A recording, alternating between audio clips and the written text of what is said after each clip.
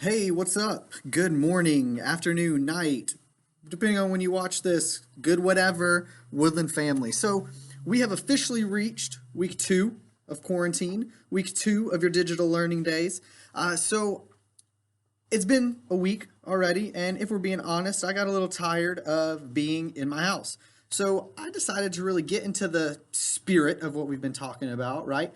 We've been talking about Africa. We've learned about their physical features, their countries, their wildlife, their environment, those types of things. So I decided what better way for me to really dig into that than to spend week 2 of quarantine camping, right?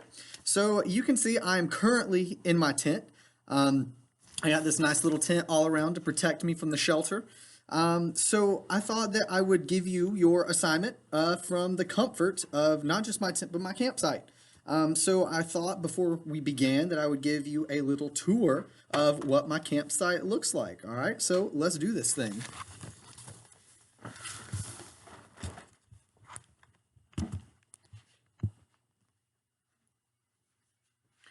So you'll notice my campsite here has everything I could possibly need.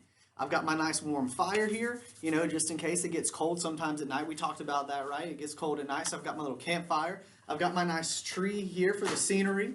You can see I got my kitchen in the back, so that way I can cook whatever I need. I got my tent over there, and more importantly, I got my camping chair. So since you have gathered around the fire with me, I thought we would kind of kick this assignment off with something that you just can't get around a campfire and not do. I thought we would start with some campfire songs. So everybody go ahead and pull out your instruments. I've got my little maraca here. I got my little tambourine here. So I thought we would start with a little campfire song, all right? So here we go. 1, 2, 3. No, I'm just kidding. We're not going to do that. Instead, what we're going to do, since we're in a circle around a fire, I thought, what better time than to start story time, all right? Now, we're going to read the story together. The Fox and His Box. Let's begin.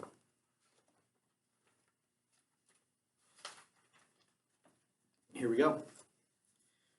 Rabbit and Fox sat on Fox's big box. "You have a big box," said Rabbit. "Yes," snapped Fox. "It is a trap." The end. Now, in addition to The Fox and His Big Box that we just read together, you are going to be reading a separate story. You're going to be reading a story about a girl named Natalia, who is a teenage girl in Mozambique, Africa. You're going to read about her and about how she had to travel 2 miles a day, sometimes twice a day, to get water for her family. See, her village didn't have any water anywhere near it, so she actually had to travel to gain fresh water for not just her family, but her village as well. She would walk 1 mile, fill her bucket with water, and then walk back another mile to get just fresh water and what she needed for her family. So what you're going to do is after you read that article, you're going to, with your parents' permission, of course, always ask them before you just do anything. I want you to walk a mile in her shoes, per se, right? You've heard that a lot, like, get in their shoes, see how it feels, that sort of thing. I want you to do the same thing. Now, what I want you to do is not necessarily walk a mile, because I don't want you to walk a mile away from your house because, you could get abducted and a stranger could get you, and we don't want any of that. So what I do want you to do, though, is I want you to walk around your house 10 times. Right? Now, that may not be a mile, but 10 times is still a lot. If you have a backyard, maybe walk around your back fence, like the fence of your yard 10 times or whatever that looks like, right? I want you to do that 10 times. Now, while you do it the first 10 times, I want you to carry an empty bucket with you. Whether it's one of those like big Home Depot buckets, whether it's just a small like sand bucket you found or whatever that looks like, I want you to get a bucket. And I want you to carry that empty bucket around with you. Now, once you have walked 10 times, here's what I need you to do. I need you to fill that bucket with water. And then I want you to take your full bucket of water and walk around again 10 times. Because see, Natalia not only had to walk a mile to get water, she also had to walk a mile back with the water in her hands. And there's 2 things that you're going to see. One, you're going to see how heavy that water actually gets and how tired you are when you're done.